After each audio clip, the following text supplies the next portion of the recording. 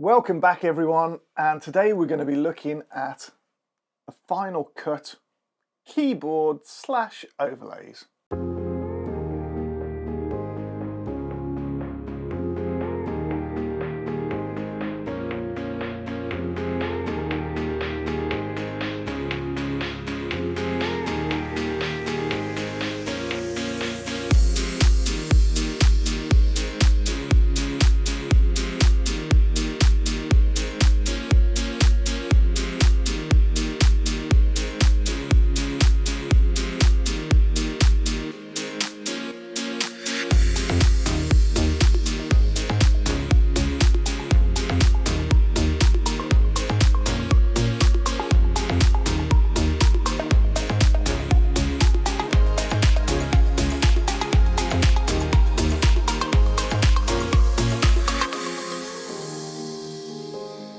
Okay everyone, so I went and bought the Final Cut Editor's Keys keyboard. Now Editor's Keys are a company that create overlays and keyboards, because this is an actual keyboard, for video editing softwares and stuff like that, so that you can easily work out what keys you need to press to do stuff rather than looking it up all the time.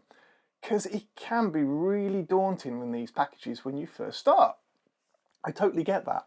So why did I buy the Editor's Keys keyboard? Yeah, good question.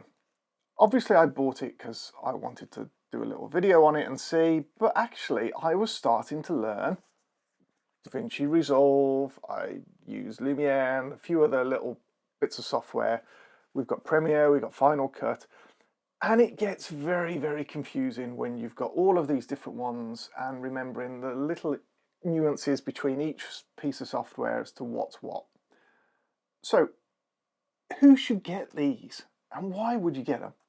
So if you are a beginner, it is really daunting, and I think this is definitely there for beginners.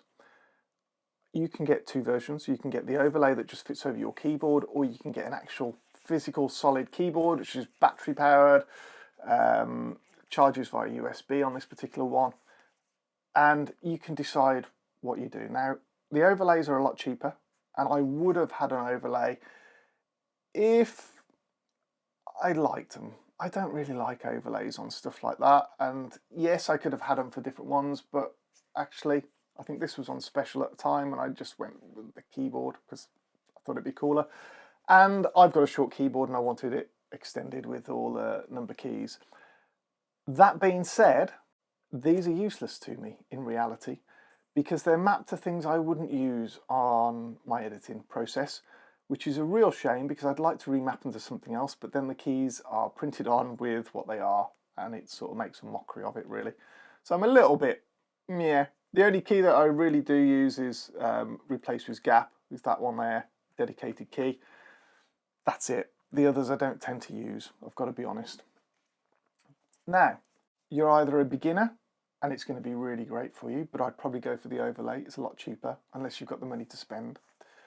You are someone who does video editing once a week, so you're not editing all the time. You're not going to remember everything. You're not doing this every day as your day job. And again, that's going to help. Really is going to help you because you get to see stuff, especially if you use several different video editing packages like I do. It's nice to jump in between them. If you're a professional, you don't need this. You know all these in the top of your head pretty much most of the time. The one thing I will say is, although I thought I knew Final Cut really, really well, it wasn't until I got this and I went to see what Audition did, because I wasn't quite sure, that I realised there was a feature in Final Cut I'd never used, and when I found out what it was, I was amazed, and I was like, I wish I'd have known about that sooner. And I don't know why I didn't know about it. It's obviously a feature that snuck in at some point and I've just had no call to look. And I think that's probably been worth its weight in gold in terms of what I paid for this keyboard to learn that little feature. Just how stupid's that? It was there all along. One thing I wish that was on here that's not is we've got all the main features on these keys, which is great. I sort of wish I knew when I press Command and G, for instance, what that did. and it was wrote on there, but it's not. They've really sort of skimped it down, and I understand why, because it's space and it's clutter, but I sort of want the cheat sheet for those. I do think they could have done with a printed cheat sheet for all of these commands as it is. I appreciate I can go into Final Cut and sort that out, but I had to go and search for that. It would have been nice if it came with a printed cheat sheet. So there are a few little things I think would be nice. I think next time I would probably go with an overlay cover and put it onto the keyboard, because those extra bits didn't really benefit me over what's on the actual Mac keyboard anyway. So yeah, this is a really short video onto this because there's not a lot else to say about it. It's a keyboard. It's about the functionality and what it's going to do for you. So if you are a beginner or you're only editing once a week and you don't always remember and you want to speed up your process, I think this is going to be great for you. I think a feature, if you are editing, that would be really good, is getting a separate jog wheel or something else to speed up your process.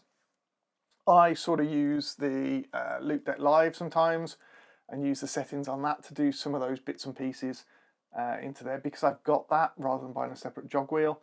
But I know when we had all the professional edit suites, we always had jog wheels and everything else into that as well. So that might be something you want to consider as well. Hope that helped. Comment down below if you've tried these, what you thought about them, even the overlays, not just the keyboard. If there's anything you think you would add to these as well over what comes with them. Yeah, look forward to seeing you on the next one. Got to